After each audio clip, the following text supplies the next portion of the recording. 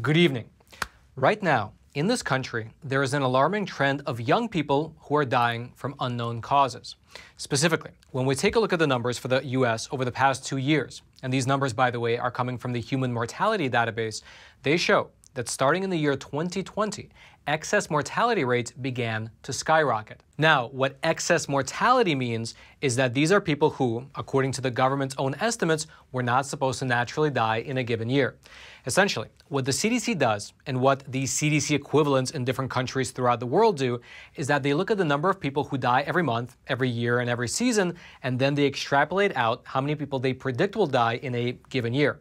And so as an example, after taking into account things like the seasonal flu, seasonal colds, hot weather in the summer that leads to heat stroke, 4th of July celebrations that lead people to blow off their arms, drunk driving rates during the holidays, and so on. Using all that data, the CDC puts together an estimate for how many people they think will die in a given year. And they've been doing this with great accuracy for many years now. However, since the beginning of 2020, the number of excess deaths, meaning the number of people who have died beyond the number they predicted, has just been skyrocketing. And so take a look at this data right here. It's on the CDC's own website, and it goes back to the year 2018. The two lines that you're seeing on the screen, the red and orange lines, are the normal range. They are the number of deaths that you would expect to occur within that time frame. However, notice something. For the last 2.5 years, there have only been a few months that met this average, whereas almost all of the other months were either above or well above that expected average number of deaths. Those are all the lines that are indicated by a plus sign. In total, if you tally up all these excess deaths, you're looking for an average increase over the past 2 years now of about 15%. Now, one of the obvious questions here that many people, including likely yourself, is asking is whether or not these deaths are related to COVID and or whether or not these people were vaccinated. And the truth is, we don't know. The data is not stratified with those metrics, and so your guess is as good as anyone's. However, there are some auxiliary data points that we can take a look at which give us a broader picture and perhaps a clearer understanding of what's really happening behind the scenes. And that data comes from insurance companies.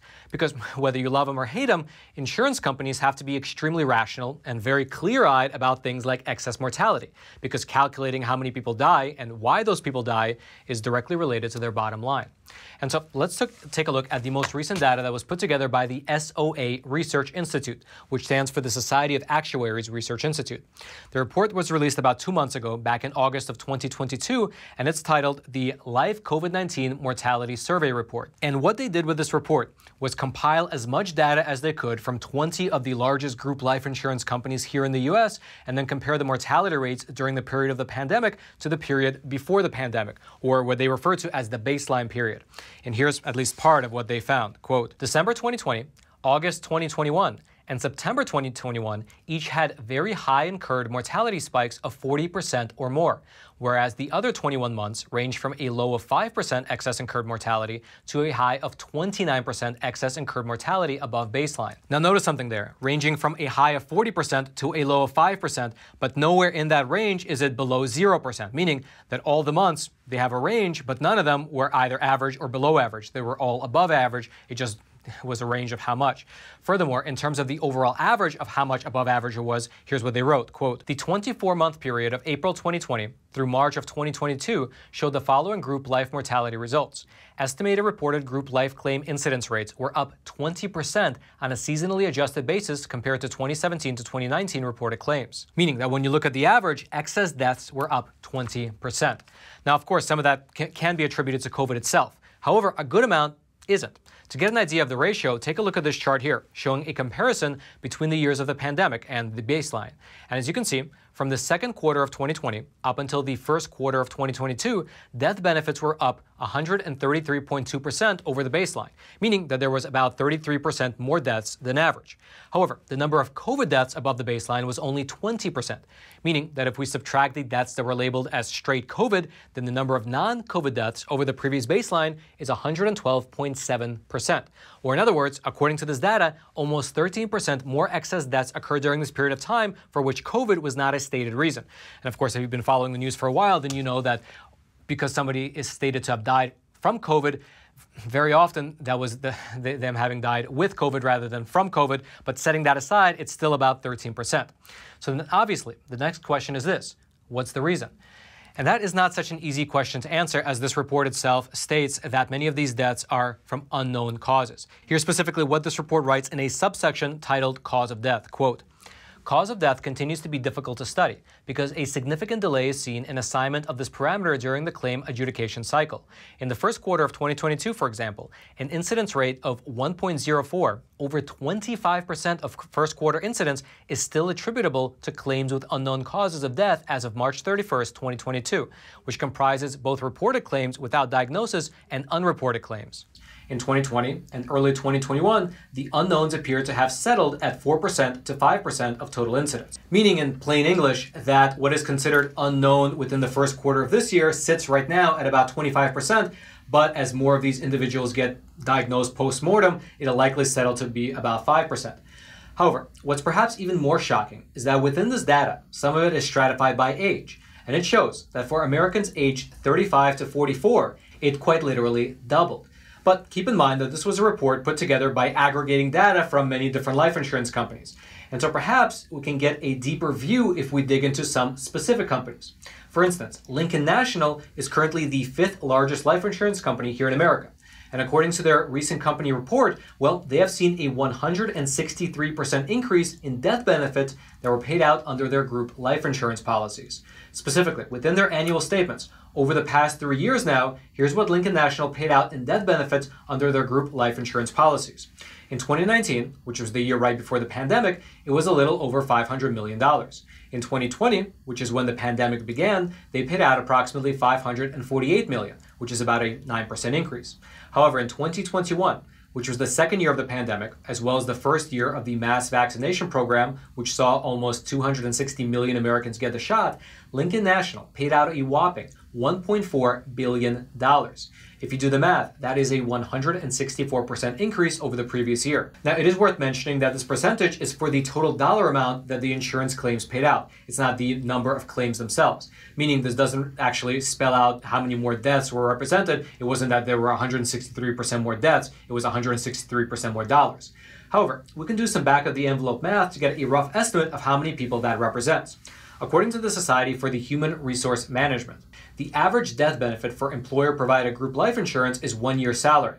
And so then you just have to do the math. If the average annual salary of people who are covered by group life insurance policies here in the US is $70,000, then we just take the amounts that Lincoln National paid out in 2020 and 2021 in order to get an estimate of the number of people who died. And after doing this, it shows that in 2021, there might have been 20,647 deaths of working adults covered again by just this one life insurance company. And as you can see on that chart up on your screen, that would be a 100% increase in the number of deaths from the prior year. According to that calculation, there would have been approximately 12,000 more deaths in 2021 than in 2020. And again, that's only for people who are covered by this one life insurance company. All right, just to pause here for a super quick moment, I wanted to mention that the sponsor for today's episode is a super cool company called Sekur. And they're a cool company for people that actually care about their privacy. Because listen, if you don't think that these giant tech conglomerates and all these different alphabet agencies within the US government are spying on your messages, well, then frankly, you are not paying enough attention to the news. However, all that can be in the past because with Sekur, they have awesome proprietary technology that has all your messages and all your emails actually go through Switzerland as they're making their way back and forth between you and your recipient. And so let's say you're here in America and the person you're messaging is over in Canada, Mexico, or anywhere else in the world. Well, it doesn't matter because all your messages are actually going through Switzerland back and forth from one to another, meaning that they're not subject to the Cloud Act and they are only subject to Swiss laws, which are some of the safest in the entire world. Their technology is awesome, it's proprietary, and they're a company that actually cares about your freedom. They care about getting the facts out, which is why they sponsor a company like ours. And best of all, they are offering a 25% off deal for our viewers, for the viewers of Facts Matter. So head on over to Sekur.com and use promo code Roman to get 25% off. And the rates are not even that expensive to start with. It's only $5 for the messenger and $10 for the email and messenger combo. And they even offer a 7-day free trial. So again, head on over to Sekur.com, use promo code Roman, save some money, and support an awesome sponsor. Furthermore, as evidenced by this actuary report that we were going through a moment ago, it's not just Lincoln National that is seeing a large uptick in the number of excess deaths. Among other large insurance companies, we also have Prudential Insurance, as well as Northwestern Mutual, showing a significant increase in deaths, as well as a life insurance company based out in Indiana called One America Insurance, which saw the number of deaths spike approximately by 40% in the year 2021, specifically among people aged 18 to 64. And according to the CEO of One America Insurance, in the company's 145 years of doing business, they have not seen a death rate as high as this. Here's specifically what he said just earlier this year, quote, "We are seeing right now the highest death rates we have seen in the history of this business, not just at One America. The data is consistent across every player in that business. The increase in deaths represents huge numbers, and that it's not elderly people who are dying, but primarily working age people 18 to 64 who are the employees of companies that have group life insurance plans through One America. And what we saw just in the third quarter, we're seeing it continue into the fourth quarter, is that death rates are up 40% over what they were pre-pandemic. Just to give you an idea of how bad that is, a 3 sigma, or 1 in a 200-year catastrophe, would be a 10% increase over pre-pandemic. So 40% is just unheard of. Now, in terms of why the excess death rate is so high, well, as we mentioned earlier, it's unclear. However, what is clear, at least to these insurance companies, is that it appears to be non-COVID related. For instance, Lincoln National, they published a press release alongside their earlier documents attributing their net operating loss to what they refer to as a non-pandemic related morbidity problem. Here's specifically what their statement read in part, quote, "Group Protection reported a loss from operations of $41 million in the quarter compared to a loss from operations of $26 million in the prior year quarter. This change was driven by non-pandemic related morbidity, including unusual claims adjustments and less favorable returns within the company's alternative investment portfolio." Now, for your reference, the term morbidity is defined as the condition of suffering from a disease or medical condition. And so, taking that into consideration, what that statement appears to be saying is that the spike in the number of deaths has to do with non-pandemic related diseases. Likewise, just like with Lincoln National, the CEO of One America Insurance, well, he also said that most of the death claims that they're seeing are not classified as COVID deaths. Here's what he said, again, just earlier this year, quote, "What the data is showing to us is that the deaths that are being reported as COVID deaths greatly understate the actual death losses among working age people from the pandemic. It may not all be COVID on their death certificate, but deaths are up just huge numbers." And so then, taking this data from these individual life insurance companies as a sort of reference point, we can head on back to the CDC's website and take a look at a stratified chart that starts at the beginning of the year 2020 and goes all the way up until now. And on that chart, we can exclude COVID-19 as the cause of death. And when we do, we get 264,000 excess deaths. More than 250,000 excess deaths, at least, during this period of time.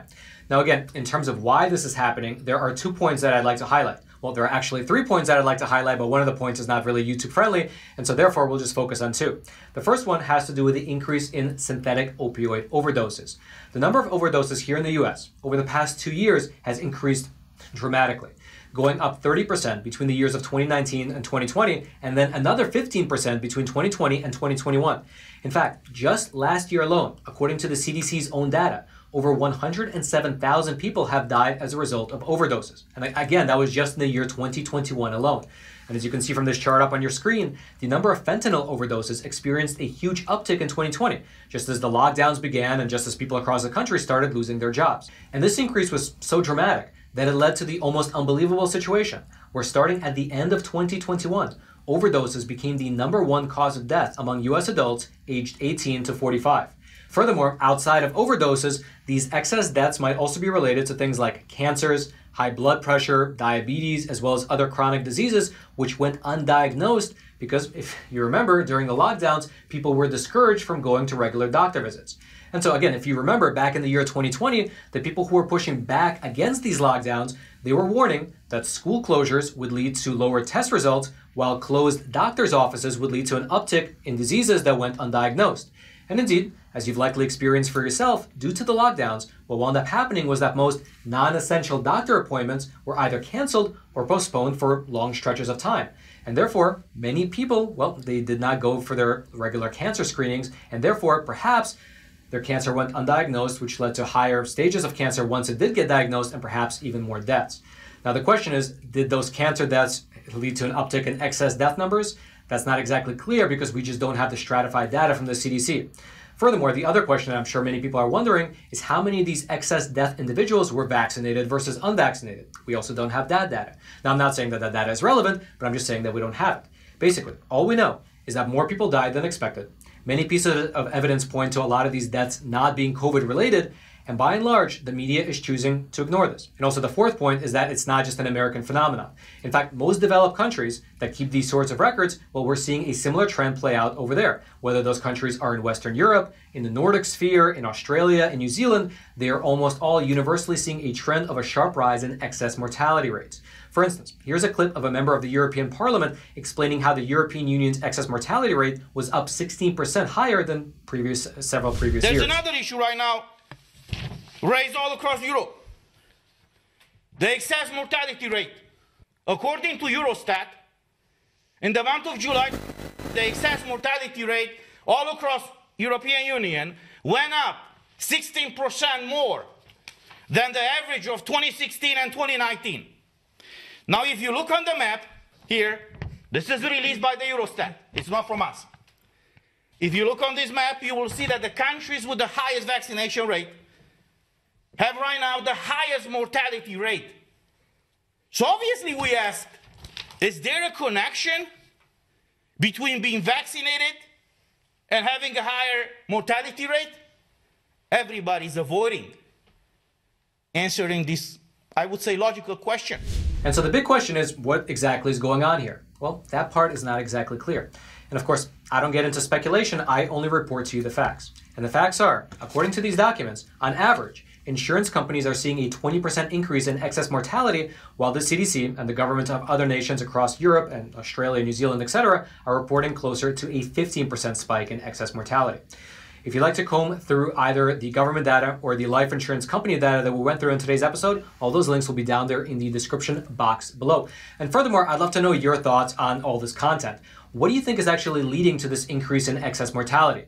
And why do you think that the media is, by and large, choosing to ignore it? Leave your thoughts in the comment section below. I'll be reading them later today, as well as later into the week. And then lastly, I'd like to mention that there are other aspects to this whole excess death phenomena that we just cannot discuss here on YouTube. Not because it's false, but just because the algorithm will pick up certain key terms that I say and throw this video into a blanket suppression spiral. I've seen it actually happen many times before. And so if you'd like to listen to a full discussion regarding these excess mortality rates, I invite you to click on that link that's right there at the very top of the description box and head on over to Epoch TV, where we can continue the discussion with a great interview that I conducted with Dr. Sanjay Verma, a cardiologist with, you can say, a unique perspective on what's actually happening. The link again will be right there at the top of the description box. I hope to see you there. And then until next time, I'm your host, Roman from the Epoch Times. Stay informed, and most importantly, stay free.